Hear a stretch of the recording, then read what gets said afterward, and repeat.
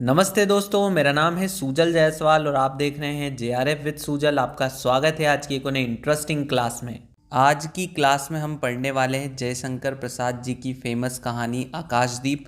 इस कहानी का प्रकाशन एवं संकलन अगर हम देखें तो आकाशदीप कहानी संग्रह में यह कहानी संकलित है। मतलब आकाशदीप नाम से ही एक कहानी संग्रह है जिसमें यह कहानी संकलित है और इसका प्रकाशन 1928 में हुआ था। कहानी के पात्र बहुत इंपॉर्टेंट है, देख लेते हैं। बुद्धगुप्त इसमें होता है, चंपा जो कि एक क्षत्रिय लड़की है, नायक जया, वणिक मणिभद्र। कहानी का विषय जलदस्यु के जीवन की कथा, आकाशदीप प्रतीक के रूप में चित्रित हुआ है, नारी के अंतर्द्वंद मनोदशा का चित्रण है, प्रेम और घृणा का चित्रण है, कर्तव्यनिष्ठ नारी का चित्रण है, प्रकृति चित्रण के द्वारा प्रेम की अभिव्यक्ति की गई है। आइए इस कहानी का सारांश पढ़ लेते हैं। सागर की नौका में दो बंदी एक दूसरे को किसी तरह से आज़ाद करा लेते हैं। एक का नाम है चंपा और दूसरे का नाम है बुद्धगुप्त। जैसे ही वह आज़ाद होते हैं तो वहाँ पर नायक आ जाता है। बुद्धगुप्त और उस नायक के बीच में द्वंद्व मतलब युद्ध छिड़ जाता है। नायक के ललकारने के बाद बुद्धगुप्त उससे युद्ध करता है और उसमें जीत जाता है। जिस नौका का मालिक पहले नायक था, अब उसका मालिक बुद्धगुप्त बन जाता है। बुद्धगुप्त के इस कौशल्य से और वीरता से चंपा प्रभावित हो जाती है और उसके प्रेम में पड़ जाती है।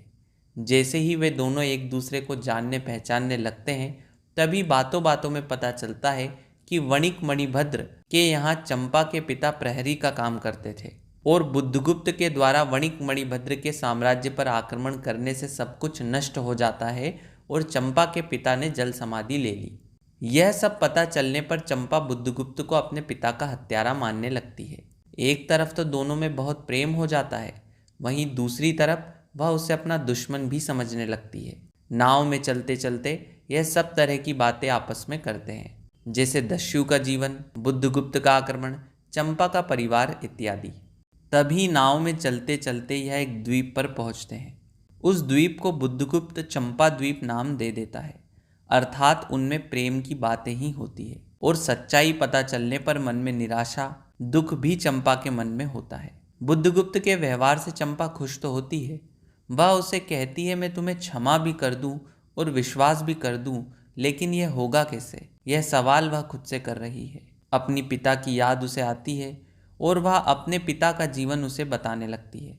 किस तरह वे काम करने के लिए जाते थे, काम में व्यस्त होने के कारण कितने दिनों तक घर वापस नहीं आते थे।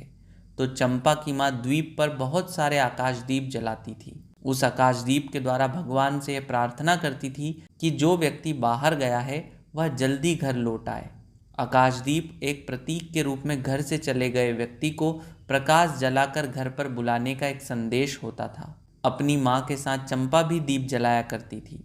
चंपा के द्वीप पर बुद्धगुप्त उसे छोड़कर चला जाता है। जिस तरह माँ आकाशदीप जलाकर अपने पति के वापस आने की प्रार्थना करती थी, उसी तरह चंपा भी अपने प्रेमी की याद में उस द्वीप पर आकाशदीप जलाती है और यह परंपरा निरंतर चलती रहती है। द्वीप पर दिए जलाते हुए बुद्धगुप्त चंपा को देख लेता है और उससे पूछता है, यह आकाशदीप आपको ही जलाने की क्या आवश्यकता है? आप यहाँ की रानी हैं, अर्थात आपके कहने पर यह कार्य कोई भी कर सकता है। चंपा कहती है, मैं ही अपने हाथों से यह आकाशदीप जलाना चाहती हूँ। मेरी माँ मेरे पिता के लिए जलाया करती थी और अब मैं यह तुम्हारे लिए जलाऊंगी। अर्थात चंपा के मन में बुद्धगुप्त के उसके जीवन में वापस आने की कहीं ना कहीं आशा है, ऐसा हमें इससे पता चलता है। एक आदिवासी समारोह में चंपा का वन देवी जैसा श्रृंगार किया जाता है। जया उसे बताती है कि उसकी और बुद्धगुप्त की शादी है। उन दोनों का मिलन तो होता है, किंतु शादी के बाद बुद्धगुप्त के साथ चंपा भारत जाने के लिए तैयार नहीं होती है। वह कहती है कि मैं इस द्वीप पर तुम्हारा इंतजार करूंगी।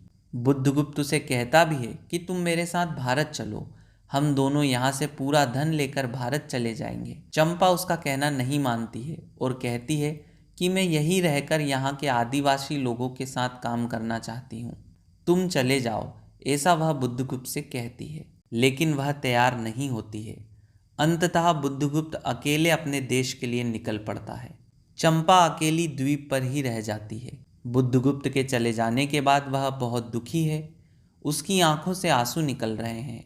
बुद्धगुप्त की याद में वह बहुत से आकाशदीप जला रही है।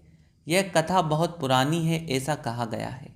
चंपा अपना संपूर्ण जीवन उस द्वीप पर बिताती है। जैसे जैसे दिन बीतते हैं वहाँ चंपा का राज्य समाप्त हो जाता है और वहाँ दूसरे निवासी आकर रहने लगते हैं। उस द्वीप पर चंपा देवी की याद में नए निवासियों ने द्वीप जलाना निरंतर चालू रखा हुआ है।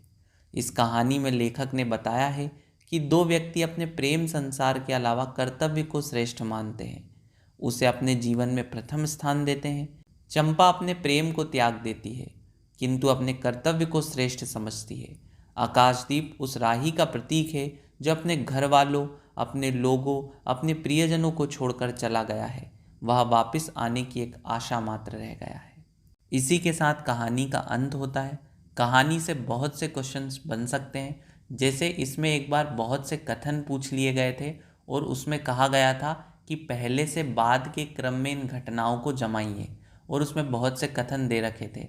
जैसे सबसे पहले कथन यह आता कि एक नाव में दो बंदी आपस में एक दूसरे को छुड़ा लेते हैं। फिर बुद्धगुप्त और नायक के मध्य युद्ध हो जाता है। बुद्धगुप्त को वह आकाशदीप जलाने की स्टोरी बताती है। आकाशदीप किस चीज़ का प्रतीक है। फिर बुद्धगुप्त की याद में चंपा आकाशदीप जलाती है। तो इस तरह से कथनों को जमाना था।